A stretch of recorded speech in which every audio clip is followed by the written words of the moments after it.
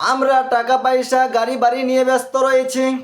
আমরা অনেকে কিভাবে ছাদ একটা বাড়ি দেওয়া যায়, আর কিভাবে আমাদের জায়গা জমি কিনা যায়, কিভাবে আমাদের ব্যবসা বাণিজ্য করা যায়, আমরা এই কাজে সবাই জীবনটাকে সম্পূর্ণ নষ্ট করছি। এই জীবনটাকে আমরা কোনো পরকালের কোনো কাজের জন্য, সওয়াবের জন্য আমরা কোনো কাজ করি না। আল্লাহ রাব্বুল আলামিন বলেছেন, আল্লাযী খলাকাল মাউতা ওয়াল হায়াতা লিয়াবলুয়াকুম আইয়ুকুম আহসানু আমালা।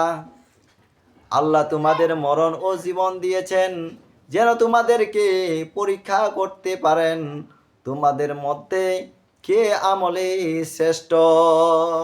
ভাইজানেরা, আল্লাহর পরীক্ষায় আমাদের পাশ করতে হবে। তাই আমাদের সব সময়ের জন্য ঈমান ও আমলে সালে কাজ করতে হবে, নেকির কাজ করতে হবে। 5 ওয়াক্ত নামাজ পড়তে হবে, রমজান মাসের সিয়াম পালন করতে হবে, আমাদের সামর্থ্য থাকলে যাকাত দিতে হবে, হজ করতে হবে।